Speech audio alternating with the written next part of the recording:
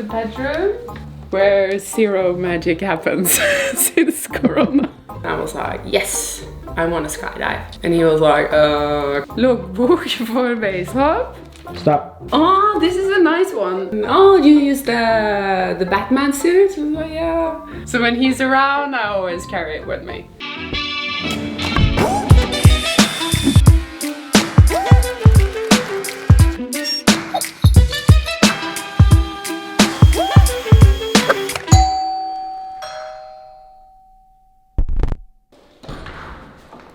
Hello.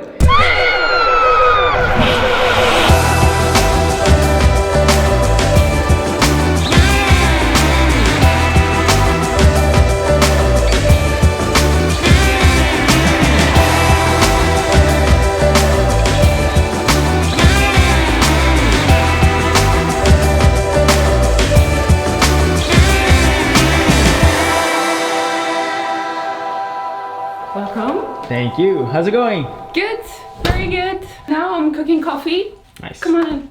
This does not look like a base jumper's home. No, it's doable thanks to quite a bit of Airbnb. The bedroom. This is real. I never make the bed where zero magic happens since Corona.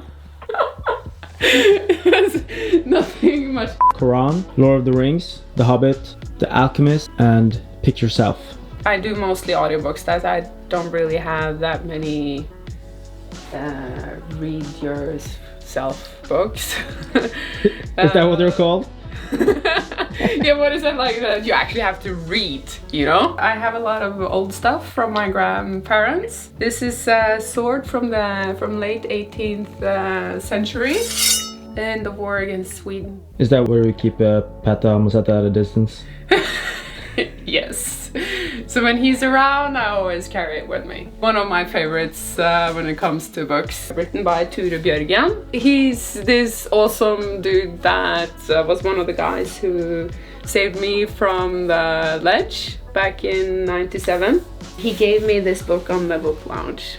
It's a nice memory. Is it strange reading about your own accident? Yes, because I've talked about that accident and told that story so many times. When I saw the title of the chapter, it actually made me cry. Like, oh, that's so nice. Det var hun som var helten. She was the hero. You don't really feel like a hero when you're hanging on a rock climber and you feel like a sack of potatoes, not able to get off the mountain yourself, but needing help. That was how they looked at it, so it was nice, because I never felt like a hero that day. Quite a few of my friends have a Hylle-Hege on their phone when I call. It's a good one. It's not too bad. I have had worse. I really like the balcony. When the heat comes, I'll put my grown-up baby chair out here. It's like this basket, like the ones at the drop zone. And I sit here and listen to an audiobook and probably knit. Is knitting your thing? It's a lot of knitting going on there. So I was sitting here knitting and watching Lars Monsen. Occasional dinners here. What's your favorite food? Italian, probably. If you were to have a final meal, what would that be? It's sushi. That's a bit of a switch. Loggbok for base hop. So here I kind of did it like the way you have it in the skydiving logbook.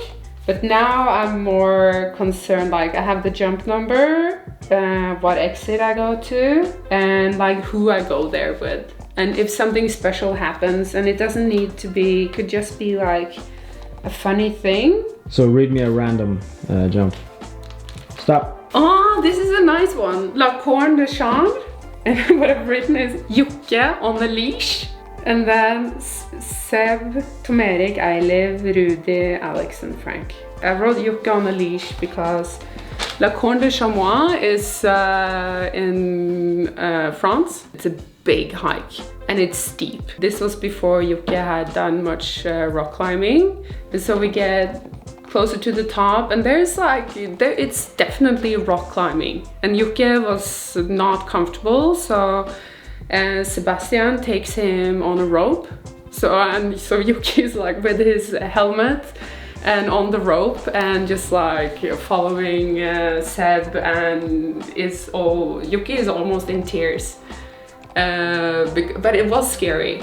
But he's a much better climber now. And La Corne de Chamois is that's actually one of the, I'm proud to make it up there and do that jump. It's one of the top jumps in France, definitely. Beautiful, gnarly climbing.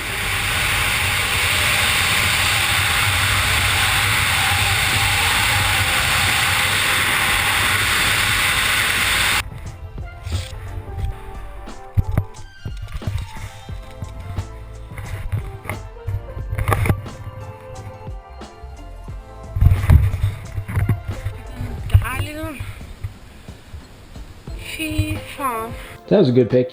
Yeah, that was a good pick. That was random. I was a bit of trouble as a teenager, and my granddad asked me to sit down by the kitchen table, and he's like, "Yeah." I suggested to your mom that I could treat you to some kind of course, or I was like, "Yes, I want to skydive." And he was like, because he had said I could choose myself. I got really into it, and my granddad helped me a bit. He helped me pay the course, and he also loaned me money to buy my first rig. Within a year, I met some base jumpers at the drop zone, and then I was into base jumping as well. It's a beauty. Still, yeah, I got the 1C power on because that's probably the last jump I did. This is a gift I got for my 40th birthday from my friends. It's Wag Power by Becky, custom made. Okay, the other storage room. This is from a cowboy party in Arizona. So I was asked to be in the calendar, and I just thought it's shit. I called my friend Espen because I needed him as an accessory. He was like, "Fuck yeah, I want to be your packing slave on the calendar. That's great." So I'm like, "Oh, okay, cool." And I'm happy with the result. It wasn't awkward. This was fun. It was a good night at the Horner in Lauterbrunn. So what's your favorite exit in Norway? I really like the troll wall. But if it was legal, I would have said that one. Otherwise, maybe Tres Amigos in Gudvangen. No, Skydiving is amazing. I'm a bit of a Veko nerd, maybe. I have been to all of the Ekstremsportvekos except for the first one. I just love the vibe of this place when Veko is going down, and friends from all over Norway and all over the world are coming here to play in the mountains and party. If your friends were to describe you with one word, what word do you think that would be? Nah. No, I don't know. What do you think it would be? Let's find out. Yeah? One word to describe Hege Ringard? Feisty. If I'm going to describe Hege with one word, it's savage. Hvis jeg skal beskrive Hege med kun ett ord, så vil det være akkurat det samme ordet i dag som det var for 20 år siden da jeg møtte henne på toppfelt i Sverige. Kul! Hun er et får i ulveklær. Hun er mye egentlig snillere enn det folk tror. Gestapo-Hege. Hege is a badass. All right, Hege, thank you for your time. Thanks for coming. Bye. Ciao.